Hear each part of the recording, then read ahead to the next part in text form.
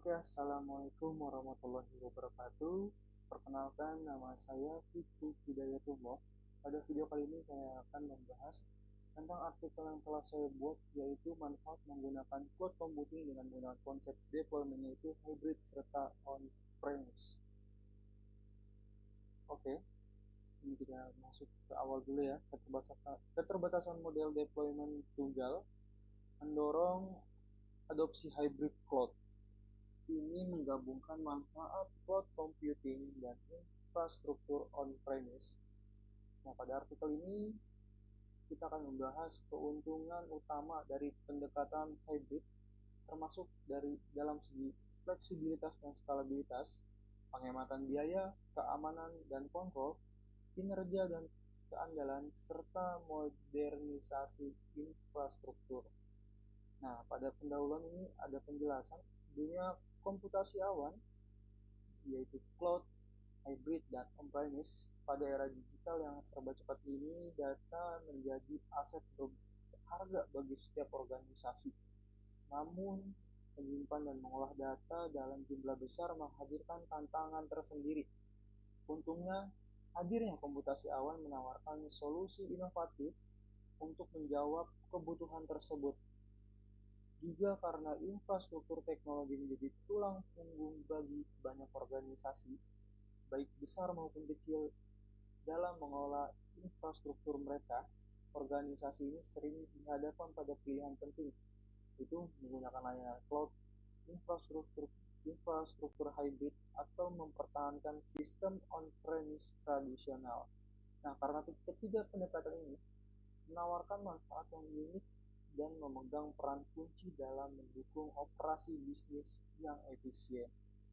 Nah, di sini artikel yang saya buat ini mengeksplorasi manfaat dari masing-masing pendekatan, yakni cloud hybrid dan on-premise, serta bagaimana pilihan tersebut dapat diintegrasikan dengan kebutuhan dan tujuan spesifik sebuah organisasi. Nah, yang pertama kita masuk pada definisi cloud computing itu sendiri.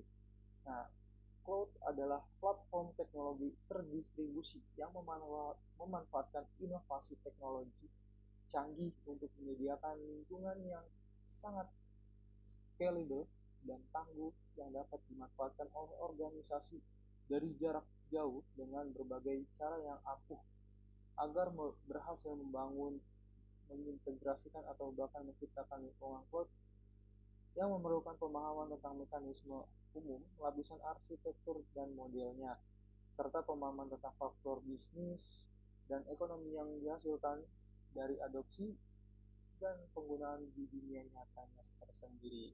Hanya ada pendapat dari Thomas L., salah satu penulis IT terlaris di dunia, bekerja sama dengan pakar dan peneliti komputasi awan ini untuk memecah teknologi dan praktisnya komputasi awan yang telah terbukti dan matang menjadi serangkaian konsep yang terdefinisi, baik dari model, mekanisme, teknologi, dan arsitektur teknologinya.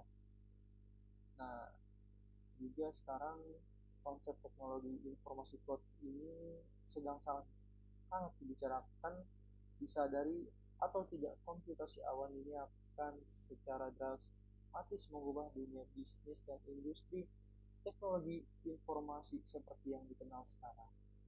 Ini ada manfaatnya. Manfaatnya itu mudah dan cepat dalam infrastruktur TI tradisional. Perusahaan harus membeli dan mengelola perangkat keras dan perangkat lunak sendiri untuk manfaat utama dari cloud computing adalah kemampuan untuk meningkatkan skalabilitas dengan segala kapasitasnya. Namun dengan cloud computing, perusahaan dapat menambah kapasitas dengan mudah dan cepat sesuai dengan kebutuhan.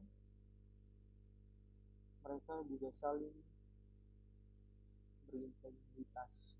Nah, selain itu, cloud computing juga memungkinkan bermasalah dalam mengakses data aplikasi dari mana saja dan kapan saja dan dengan perangkat apa saja yang terhubung ke internet. Jadi, nah, cloud computing ini bisa diakses dari mana saja dan kapan saja melalui jaringan internet. Nah, ini dari skala stabilitas ini dapat secara dinamis dapat menyesuaikan kapasitas sumber daya. Jadi apa yang kita pakai itu dapat kita atur secara sendiri, kita scaling sendiri.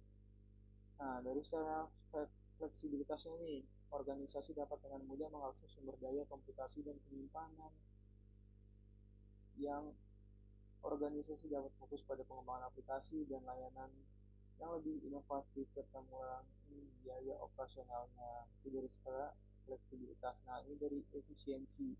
Ini menghilangkan kebutuhan dan mengelola dan juga memelihara infrastruktur fisik secara langsung dan juga untuk penghematan biayanya. Ini juga ada penyimpanan data yang aman, ada kolaborasi yang mudah.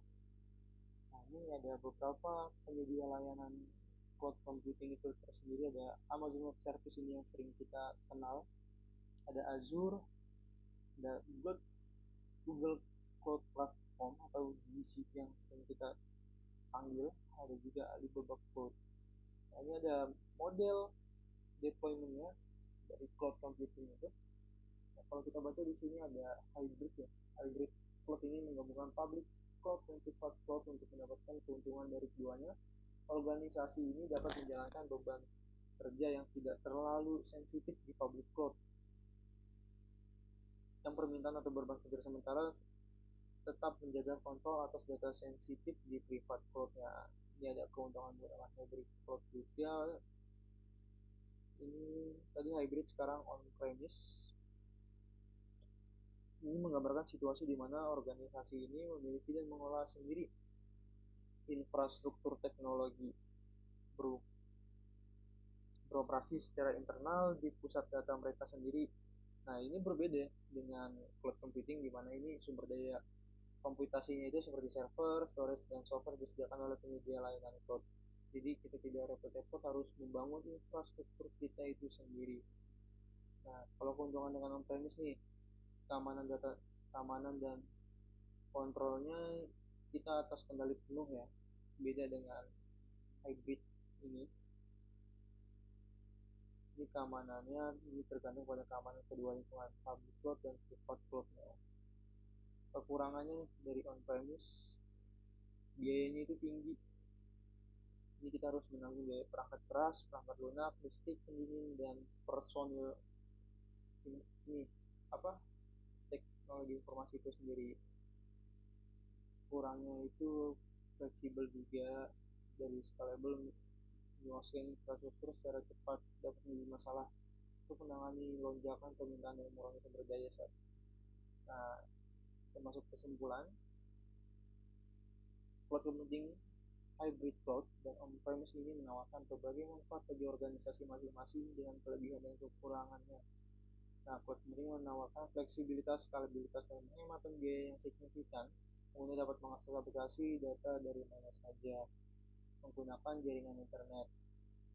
Nah, cloud menggabungkan manfaat cloud computing dengan kontrol dan keamanan on-premise. Data sensitif dapat disimpan di server data kita sendiri, sementara aplikasi yang tidak sensitif dapat dijalankan di cloud on-premise, di cloud itu, atau di layanan cloud itu sendiri kita dapat menjalankan aplikasi yang tidak penting.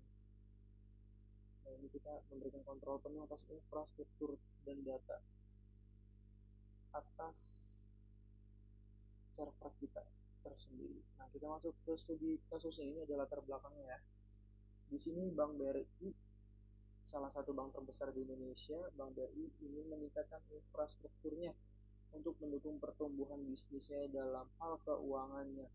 Bank BRI juga memiliki kekhawatiran terhadap keamanan data yang tinggi dan ingin menjaga kontrol atas data sensitif mereka. Nah, di sini ada solusinya. Solusi yang saya buat adalah Bank BRI harus menggunakan layanan cloud computing dengan menggunakan model deployment-nya itu hybrid cloud. Secara on-premise, karena aplikasi yang sensitif dan kritikal seperti core banking dan data nasabah akan dijalankan di infrastruktur on-premise, dan ini akan kita kelola tersendiri. Nah, untuk keamanan dan kontrol yang lebih tinggi, sedangkan aplikasi yang non-sensitif seperti website dan aplikasi mobile banking akan dijalankan di public cloud untuk skalabilitas dan penghematan biaya. Nah, ini kita masuk ke implementasinya ya. Nah, ini Bank Mandiri memilih Amazon sebagai penyedia layanan cloud-nya. Bank Mandiri memigrasikan aplikasi non-sensitif ke AWS Bank Mandiri mengoptimalkan infrastrukturnya on-premise untuk menjalankan aplikasi sensitif dan kritikal.